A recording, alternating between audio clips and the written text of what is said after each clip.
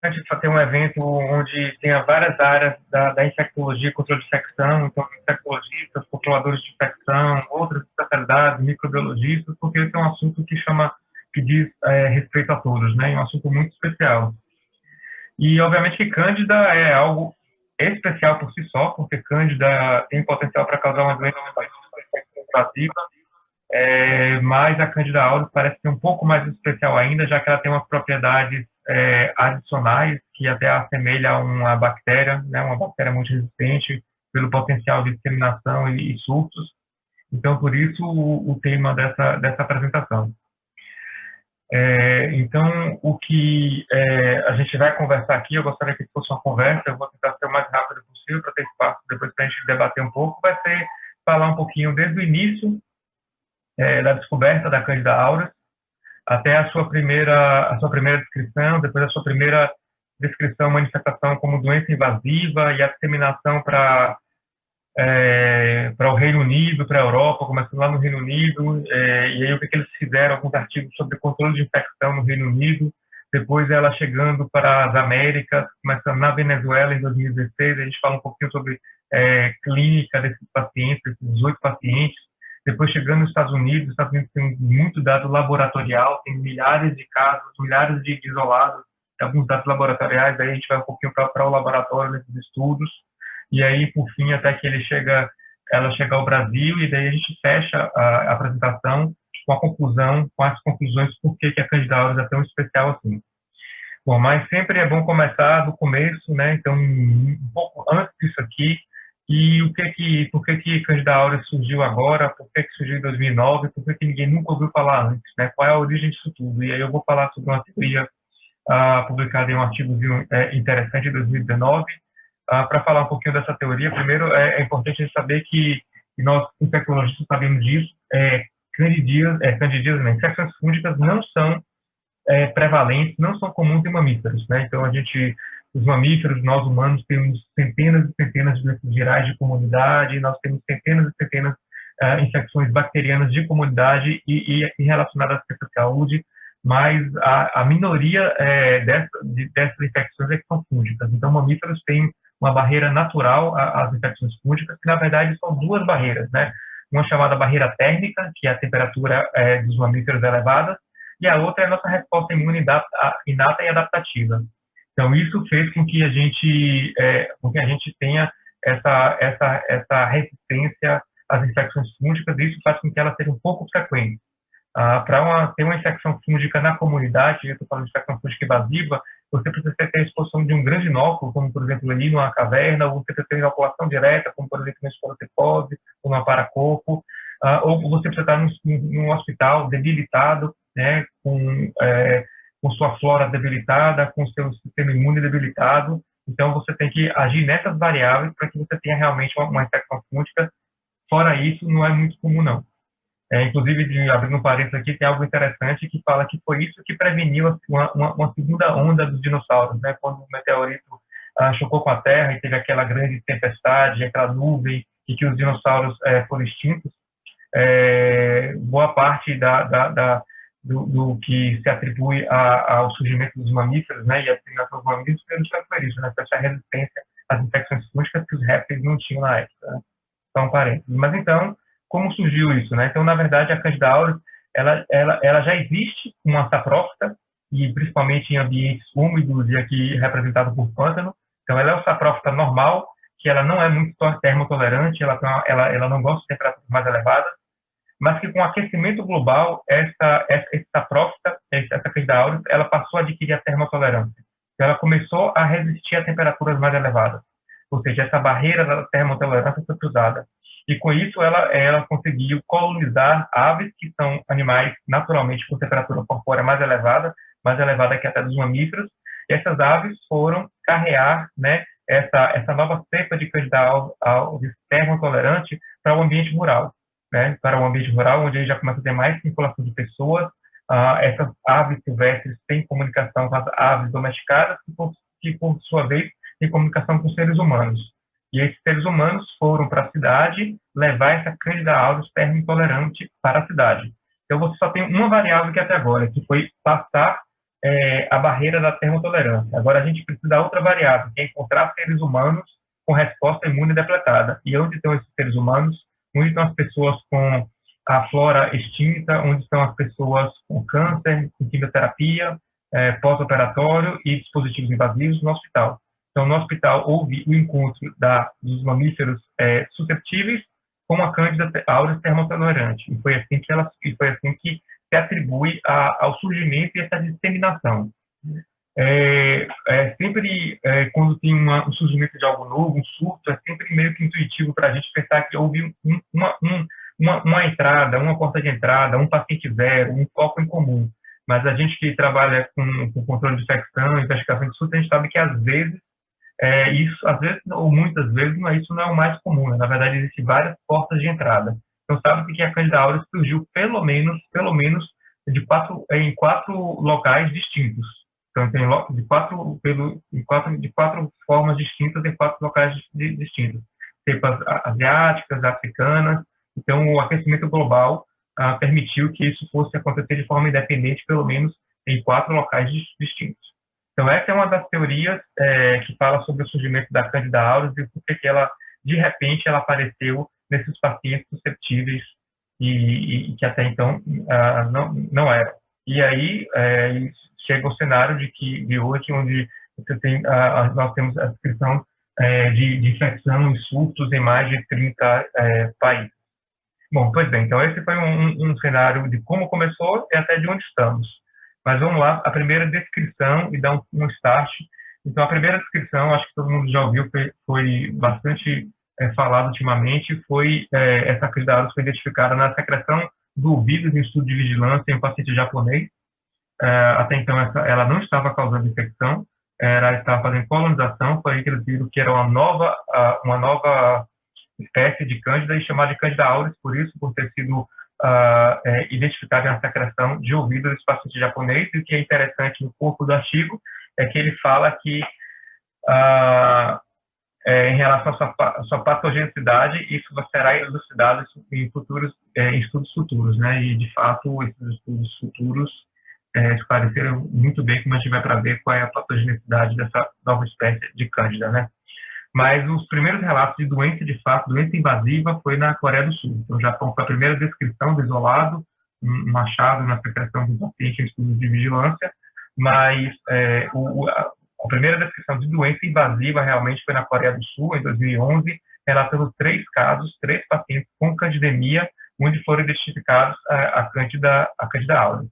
E chama a atenção, então, os extremos de idade, né, 1 ano de idade e 74 anos de idade, todos receberam antimicrobianos amplos e todos submetidos ou a procedimentos ou a dispositivos invasivos. Ou seja, é a Cândida termotolerante encontrando pacientes susceptíveis. Então, são as duas coisas juntas que causaram esse cenário, e esses 3 casos relatam bastante isso, né? Bom, em relação a esses isolados, então aqui temos os 3 pacientes, cada um com 2 isolados, são 6 isolados, e aí já chama a atenção o fato, né, de que a dificuldade de identificação. Então, inicialmente, a identificação automatizada pelo Vitek, ela foi classificada como Candida emulone, e também já começa a delinear aqui uma das suas características, que é a resistência a fluconazol, né, uma alta resistência a fluconazol em uma das cepas. A susceptibilidade aqui, nesse momento, é ambisome, com algo mais intermediário aqui para a fotericina B, e um MIC muito, muito baixo para equinocandinos. Então, esse início aí só mostrando resistência em apenas uma cepa fluconazol, e a gente vai ver que essa é o maior marcador em relação à resistência a antifúngicos, que é a resistência a fluconazol, por vezes das 2 classes, e por vezes em até 5, 10% as 3 classes. Então, essa Cândida, ela foi inicialmente descrita como doença invasiva na Coreia do Sul, e ela foi ganhando, se disseminando pela Ásia, e até que ela chegou na Europa. E a primeira descrição de um surto na Europa foi esse estudo em 2016, no Reino Unido, e eles divulgaram o estudo com os primeiros 50 casos, ocorridos de 2015 a 2016, e foram feitas culturas não somente de pacientes, mas também culturas de ambiente, que a gente tem a curva epidêmica desse fluxo. Esse é um artigo muito interessante que vale para os controladores de infecção ler, porque ele descreve um pouquinho das ações que eles fizeram para controlar esse surto, né? Quais foram as ações que eles realizaram.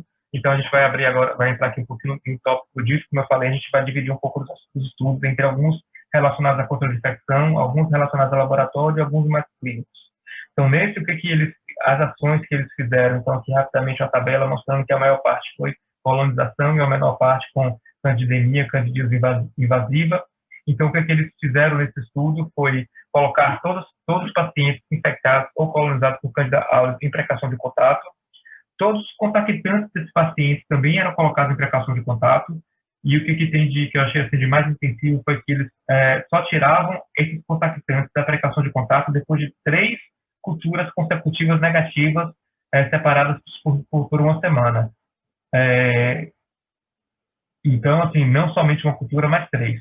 Então, realmente, eles viram nesse estudo, e bem interessante, de que, através de análise de causa-raiz, que o mínimo de horas de contato foi de 4 horas, ou seja, teve paciente que com apenas 4 horas com caso índice, ele foi colonizado por Candida auris, ou seja, realmente uma transmissibilidade muito alta, e por isso que eles optaram por rastrear agressivamente, colocar em precaução de contato todos os contactantes e só tirar depois que tivesse 3 sets de culturas de vigilância negativas. Eles, apesar de extensa investigação, eles não identificaram nenhuma fonte comum. Isso não é nenhuma surpresa para nós que trabalhamos com infecção e trabalha com investigação de surto. A maioria das vezes a gente implementa várias estratégias de controle, várias condutas, e a gente não consegue identificar o surto, mas aí a gente consegue controlar o surto. Eles fizeram rastreamento de profissionais de saúde, mas chama a atenção que apenas um de 258 profissionais rastreados teve cultura positiva. Esse profissional passou por uma extensa descolonização com banho de clorexidina, bochecho de conistatina, eles escrevem isso no artigo. Outra ação que eles fizeram foi banho de todos os pacientes com clorexidina, ou clorexidina aquosa ou white de clorexidina, então 2 vezes ao dia, então não uma, mas 2 vezes ao dia, todos os pacientes colonizados e infectados tomavam banho. Eles faziam também higiene oral com clorexidina 0,2%, ou então para aqueles que tinham colonização de orofaringe ou nasofaringe, eles faziam também bochecho com estatina. Eles implementaram aquele discozinho, né, para proteger o sítio de inserção de catéter, não aquele curativo com gel de clorexidina, mas aquele disco pequeno para proteger. Eles fizeram desinfecção do ambiente ou concorrente com cloro 3 vezes ao dia, então voltaram para o seguro cloro, né, 3 vezes ao dia, e a desinfecção terminal também com cloro, após alta, e os equipamentos com vapor de peróxido de hidrogênio. Então, após esse conjunto de ações, eles conseguiram controlar o surto. Então, é um artigo bem interessante que ele vai descrevendo essas ações e vale ter para leituras futuras. Bom, esse foi, então, o primeiro surto de Candida auris que aconteceu no Reino Unido. Um outro surto que eu acho bem interessante, que a gente já até discutiu lá no cardiopulmonar, e é só para mostrar esses slides mesmo, foi em outro hospital, principalmente na UTI neurocirúrgica, no Reino Unido, e aqui a gente tem a curva epidêmica desse surto, e é interessante porque no artigo, então ele fala que foram 70 pacientes colonizados, infectados, e 94% estava nessa unidade de neuro-UTI, e o que é interessante porque ele comenta das ações que foram sendo feitas sucessivamente, né, de aumento de melhora do processo de desinfecção, retirar, ele usa até a palavra, entre aspas, destralhamento, né, tirar todas as tralhas do quarto, tirar tudo, limpar tudo, deixar o mínimo de coisas possíveis no ambiente do paciente. Mas ainda assim, apesar dessas sucessivas ações, eles não conseguiram controlar o surto, até que eles perceberam que o termômetro usado para vigilância contínua da temperatura, para monitorização contínua da temperatura, alguns desses termômetros estavam colonizados pela Candida auris, e ali parecia ser um meio comum, um meio de perpetuação. E esses termômetros, até então, eram higienizados com quaternário de amônia, né?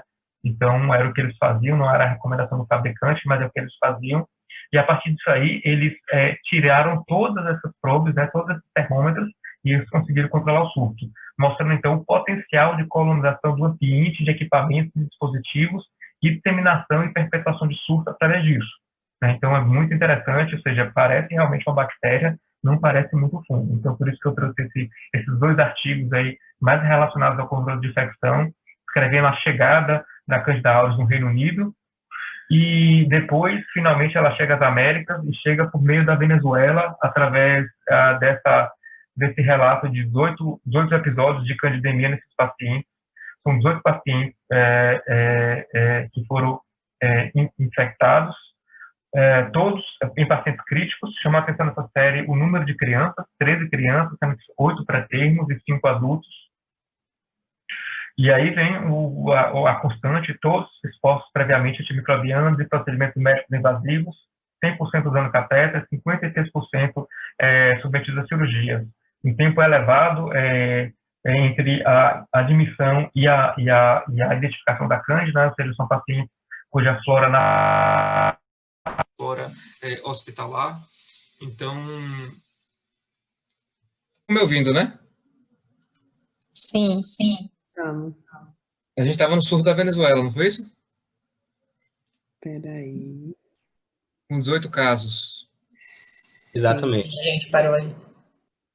Pronto, então a gente passou do Reino Unido para quando chega nas Américas, e aí o primeiro surto descrito publicado na Venezuela estava falando sobre os 18 casos, todos em pacientes extremo de idades e pacientes submetidos a procedimentos invasivos e pacientes com longo tempo de internação, e todos identificados inicialmente como Candida emulone, né, pelo VITEC2, né? Então parece aí o mesmo padrão, né? Então extremos de idades, procedimentos invasivos, antimicrobianos, difícil identificação inicial, então muito parecido, e uma mortalidade até baixa, de 28%, que é uma mortalidade considerada baixa até para Candida SP, Candida albicans, não albicans, né, quanto mais para auras, e eu acho que isso pode ser explicado pelo número muito grande de crianças, onde tem uma mortalidade realmente menor em relação se fosse somente pacientes adultos. E aqui chama a atenção já uma resistência à anfotericina B, já totalmente resistência a fluconazol, e aquele perfil de sensibilidade às equinocandidas, né? Então, aqui a gente já mostra um perfil mais agressivo, mais multiresistente, com resistência a duas classes de antimicrobianos. E, a partir daí, então, chegando às Américas, chegando à Venezuela, então, o CDC emite um alerta. Bom, pode chegar a nós, pode chegar aos Estados Unidos, tenhamos cuidados em relação a isso, né, sobre essa emergência global de infecção fúngica evasiva por uma cândida multiresistente. E aí veio o primeiro estudo americano, onde eles reavaliaram, então, né, sabendo dessa circulação da Candida auris e dessa dificuldade de identificação, eles reavaliaram sete cepas, na verdade eles avaliaram várias, né, mas 7 dessas cepas, antes classificadas como Candida CP e como Candida emulone, 7 foram reidentificadas como Candida auris, e todos os pacientes com comorbidades, e daí dá para ver doenças hematológicas, pós-transplante, nutrição parenteral por síndrome do intestino curto, paraplegia, alta dose de corticóide, neoplasia do sistema nervoso central. E nesse primeiro reporte americano, nenhum isolado resistente às 3 classes de antifúngicos, mas 5 foram resistentes a fluco e até também resistentes a equinocandinas. Agora, o primeiro caso mesmo de infecção identificada em tempo real, né, prospectivamente nos Estados Unidos, com doença clínica, foi desse paciente, que é um caso onde um paciente de 89 anos, que tinha diabetes não controlada, estava circulando aí pela comunidade, aí, consultando os médicos de comunidade com autalgia, sem resposta antimicrobiana via oral, vinha nesse acompanhamento, e até que ele faz uma TC e uma ressonância de mastoide, onde mostra uma mastoidite, uma osteomielite de base de crânio com a massa e nasofaringe. Eles optaram por debridar uma intensa massa inflamatória, e na cultura cresce Pseudomonas aeruginosa, que era muito sensível, e inicialmente a Candida emulone, que foi posteriormente identificada como Candida auris, e esse paciente recebe o tratamento apenas com cefepime, e eles atribuem essa Candida auris apenas colonização, e que não estava fazendo papel no processo infeccioso. Infectologistas bastante corajosos, né? Então, e eles tiraram esse paciente apenas com antimicrobiano, e esse foi o primeiro caso relatado de doença invasiva nos Estados Unidos. E a seguida vem o epicentro, né, nos Estados Unidos, que é em Nova York, e que tem esse estudo que a gente puxa agora para a parte mais laboratorial, que é muito interessante, porque é um estudo muito grande. São, então, 500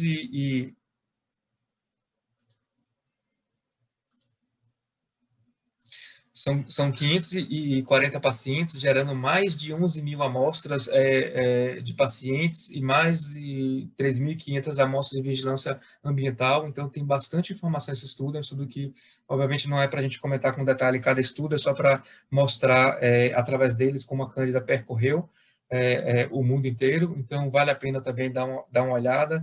E estou só trazendo aqui alguns destaques. Algo interessante é que ela se mostrou muito mais comum e muito mais fácil de se identificar, com uma concentração muito maior nas narinas, né? Então, por exemplo, se uma lição é que se algum dia a gente tiver uma dessas infecções, algum surto, é lá mais provavelmente onde a gente vai buscar nas culturas de vigilância, mas não quer dizer que também não haja positivação também nas axilas e nas regiões inguinais também, mas na narina, um swab de nasofaringe talvez seja algo onde tem um maior rendimento e onde mais buscar.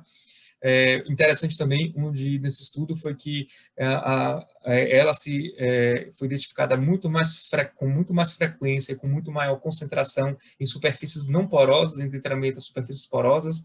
Geralmente a gente tende a pensar o contrário, né, que as superfícies porosas são mais difíceis de higienizar e onde a gente acha mais provável que ache micro-organismos. Talvez isso chame a atenção para uma capacidade de formação de biofilme, né? Então, como a gente vai ver um pouquinho mais para frente, então essa é uma possibilidade para justificar isso. Em relação a esses isolados, e aqui sim você tem um número bom de isolados, e a gente vê que a resistência a fluconazol é muito elevada, mix extremamente elevados para fluconazol, então a maior parte, né, 99% resistente a fluconazol, o MIC para as equinocandinas baixo e o MIC para o anfotericina B também elevado, né? Resistência à anfotericina B em 61% dos casos. Então, aqui a gente vê que nesse estudo americano, já nessa evolução da Candida auris, praticamente 100% de resistência a fluconazol, alta prevalência de resistência à anfotericina B, e aí uma sensibilidade ainda remanescente às equinocandinas. Então, é um estudo também bastante interessante, assim como aqueles estudos europeus, ingleses, mas aqueles mais com a pegada de controle de infecção, essa mais com a pegada de uma grande amostra de dados laboratoriais para tirar algumas lições e que não dá tempo da gente ver com mais detalhes aqui, mas fica a referência para quem tiver interesse. E daí foi para os Estados Unidos e foi disseminando, de modo que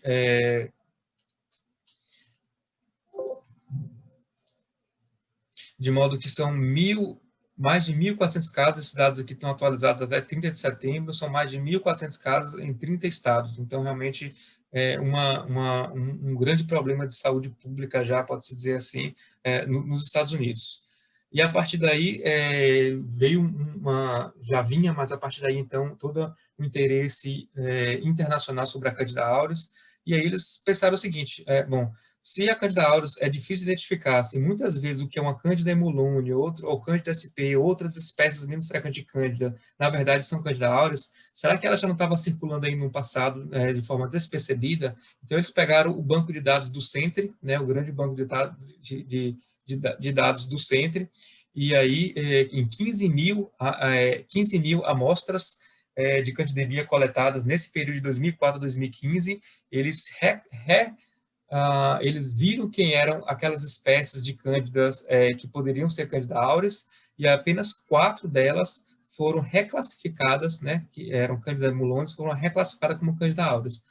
Assim, do meu ponto de vista, para muita gente isso mostra que ela já circulava anteriormente. Do meu ponto de vista, mostra que realmente, se a gente pegar 15 mil somente 4, isso mostra que, na verdade, é um fenômeno mais recente mesmo, né? Então, a Candida auris, por algum motivo, e tem aquela teoria que a gente conversou lá um pouquinho no começo, por algum motivo ela apareceu agora e vem disseminando agora, né? Então, da mesma forma, a partir daí começou a ter várias publicações sobre controle de Candida auris, então, CDC, CDC, a Inglaterra, o SCDC, o europeu, a África do Sul, a Organização Pan-Americana de Saúde, começaram a fazer suas recomendações sobre controle de infecção, como estratégias de descolonização, procedimentos de higiene de mãos, né? Então, tem todas essas referências relacionadas a isso, inclusive alguns recomendando até fazer ao mesmo tempo água e solução alcoólica, né? Um sucessivo, que geralmente é uma coisa que a gente não recomenda. Então, começaram também a falar sobre indicações, e tá aí a referência desse artigo para quem tem interesse em detalhar maior, uma tabela com as indicações mais seguras de desinfetantes e as menos seguras. Aqui está o quaternário de amônia, com 2 estudos apenas mostrando uma menor eficiência, são só 2 estudos, mas aqui você vê que o nível de evidência para não recomendar é baixo, né? Mas existe essa recomendação. E pronto. E aí a gente volta um pouquinho no tempo, né? Porque a gente estava nos Estados Unidos, mas então em 2016, quando chega a Venezuela, então a Organização Pan-Americana de Saúde, em 2016, lança um comunicado, né? Um comunicado alertando, assim como o CDC fez, um comunicado alertando os Estados Unidos, a Organização Pan-Americana de Saúde fez um comunicado alertando a América do Sul sobre essa nova espécie de cândida e a disseminação país a país, e aí fala sobre a dificuldade de identificação, né, e como ela pode ser classificada erroneamente por outras espécies de cândida.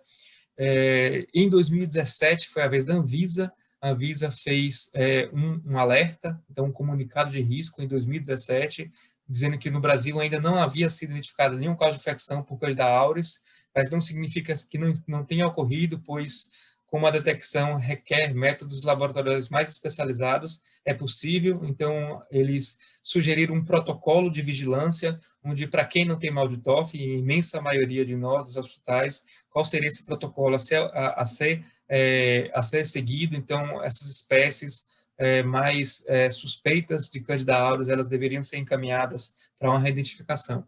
Então, esse foi em 2017. Interessante, em 2019 sai um editorial no Brazilian Journal. Não, então, assim, realmente o Brasil não tem Candida auris ou a gente está perdendo alguma coisa, né? Não temos mesmo, ou será que a gente está perdendo? Será que a gente não está identificando? Então, em 2019 já havia esse questionamento, assim como em 2017 a Anvisa chegou a questionar isso também de forma mais oficial, até que todos nós conhecemos a história a partir de agora. Em 7 de setembro surge o comunicado da Anvisa sobre a suspeita, até então suspeita de identificação de Candida auris no Brasil, a primeira na ponta de catéter de um paciente pós-Covid, né, um paciente com longo tempo de internação em UTI geral do hospital em Salvador. E até nesse comunicado ele já tinha sido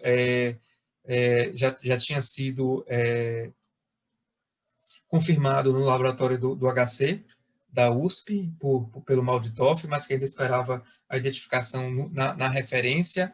E aí, ainda, se não me engano, logo depois, no dia 7 ou no dia 9, a Divisa emite um comunicado, então, para intensificar a vigilância laboratorial para a detecção oportuna de surtos infecciosos. Aí, no dia 7, no dia 9 de dezembro, já vem a confirmação, então, é confirmado a primeira isolado de Candida auris no Brasil, e ela chegou aqui, então, de forma mais humilde, então, sensível a todos, inclusive aos azólicos, então, fluconazol sensível. Então, esse foi o relato da chegada. Ainda no dia 9 de dezembro, no mesmo dia 9, o LACEN emite uma nota técnica orientando sobre o cuidado a ter sobre essa identificação dessas espécies de acordo com a metodologia, né? Geralmente, para quem parte para o automatizado, que eu saiba, em Salvador, a maioria trabalha com esses 2 sistemas. Se alguém trabalhar com outro, aí pode falar depois. Mas, geralmente, então, a Cândida Emulone, Famata e Guilhermundi. E eu não sei, Emulone, depois a gente pode até discutir. Emulone realmente eu nunca tinha visto na prática clínica, mas Guilhermundi e Famata eu já vi algumas vezes, né? Então, mas há algum tempo já, né? Então, sabe-se lá a identificação. E aí, já no dia 10 de dezembro, um dia após, a ANECI e a Divisa emitem uma nota técnica com orientações sobre medidas para controle de infecção. e tem vários tópicos aí para orientar nossos controladores de infecção de como lidar com isso. Eu destaquei alguns pontos aqui, só para talvez gerar uma discussão posteriormente, quando a gente terminar. Eles sugerem, então, higienização das mãos com clorexidina antes e após o contato com o paciente, superfície e equipamento, e aí eu acho que é uma controvérsia em relação a isso, né, o quanto isso é possível em um ambiente complexo de UTI, então isso gera uma discussão, será que vale mais uma solução alcoólica de acordo com 5 momentos do que uma clorexidina antes e após, e muitas vezes com a pia muito longe.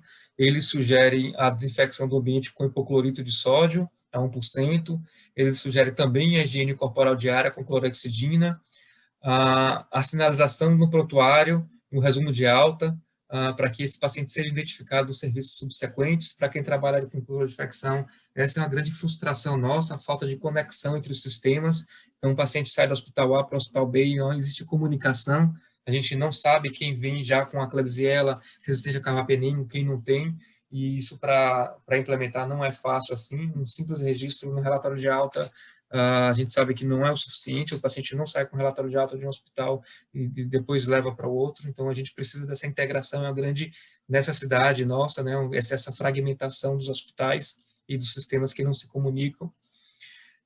Transporte de paciente, eu estou seguindo com provocação, Olivia, utilizar luvas, que é uma coisa que a gente tirou lá do hospital durante o transporte, né, que vale mais uma mão com luva ou a mão sem luva constantemente higienizada, coorte de profissional, e aí a dificuldade de fazer isso na prática, né, por questões econômicas, e a limpeza concorrente diária e quando necessária, né.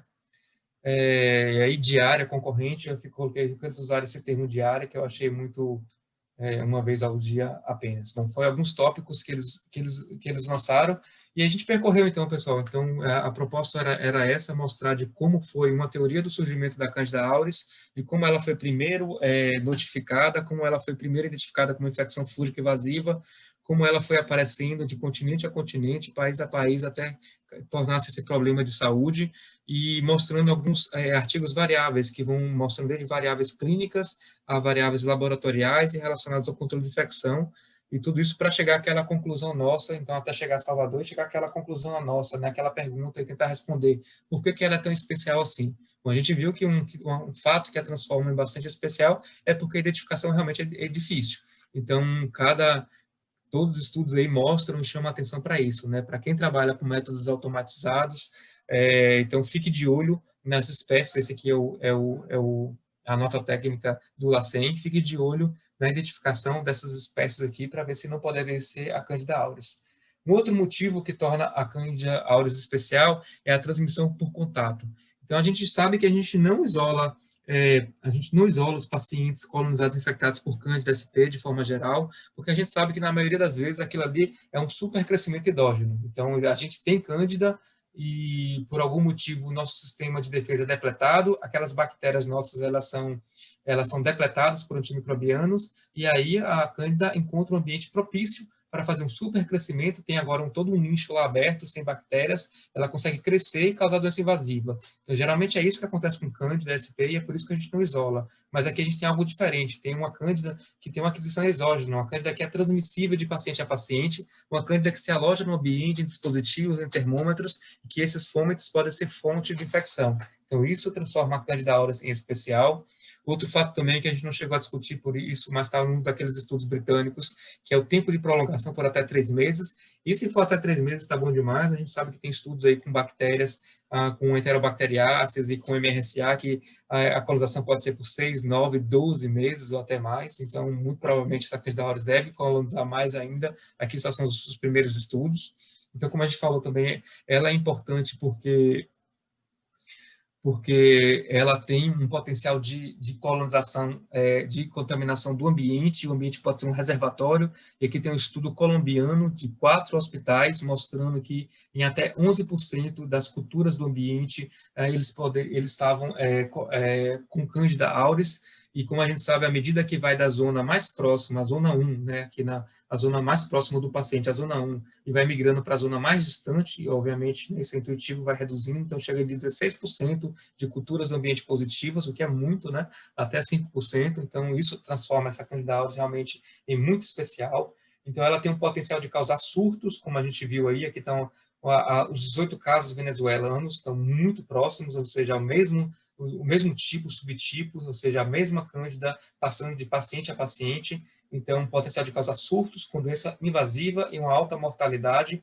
Então, na verdade, aí, se a gente for para alguns estudos de Cândida albicans de UTI, a gente vê mortalidade de 50%, de 40%, 50%, então até que não difere tanto assim, mas é uma altíssima mortalidade. E a gente não viu, eu não mostrei nenhum estudo de relação a biofilme, mas sim o que transforma ela em algo especial também é o potencial em formar biofilme, e isso faz com que ela fique viável em dispositivos plásticos e superfícies úmidas por 7 a 14 dias. A gente viu aquele estudo lá americano de Nova York, onde tem aquela preferência por superfícies lisas e não porosas, e talvez por isso, pela capacidade de formar biofilme, e, por fim, a multiresistência, né? Então, a gente viu lá que praticamente nos estudos mais recentes, boa parte é resistente a fluconazol, uma certa parte é resistente à flotericina, e ainda há uma sensibilidade a quinocandinas, mas entre 4% e 10% são resistentes a todas as 3 classes antifúngicos, o que é algo muito grave. Então, para finalizar, a gente tem um micro-organismo que causa surtos, que tem potencial para transmissão horizontal, que tem um ambiente como reservatório, né, e que é multiresistente. Então, ou seja, você tem um potencial para um desastre aí, e eu não vou ficar surpreso se aquele famoso grupo escape, daqui um dia tem um Czinho aqui, né, um escape de Candida auris, né? Então, quem sabe daqui uns dias eles estão reeditando o escape para colocar Candida auris aí, e como é dito, né, é um fungo metido à bactéria. Um fungo que se acha bactéria porque ela tem características de bactéria. E o futuro agora dá para ver, né, se é um caso isolado, se ela está circulando silenciosamente e como vamos reagir a isso, né? Quem reagiu a isso e conseguiu controlar foi de forma muito agressiva, com muita cultura de vigilância, muita cultura de ambiente, muita estratégia de cultura de infecção, muitas ações sistêmicas. E vamos ver se a gente consegue montar essa resposta. Então é isso, pessoal. Era isso que eu tinha para trazer para vocês, para conversar. Espero que tenha sido útil.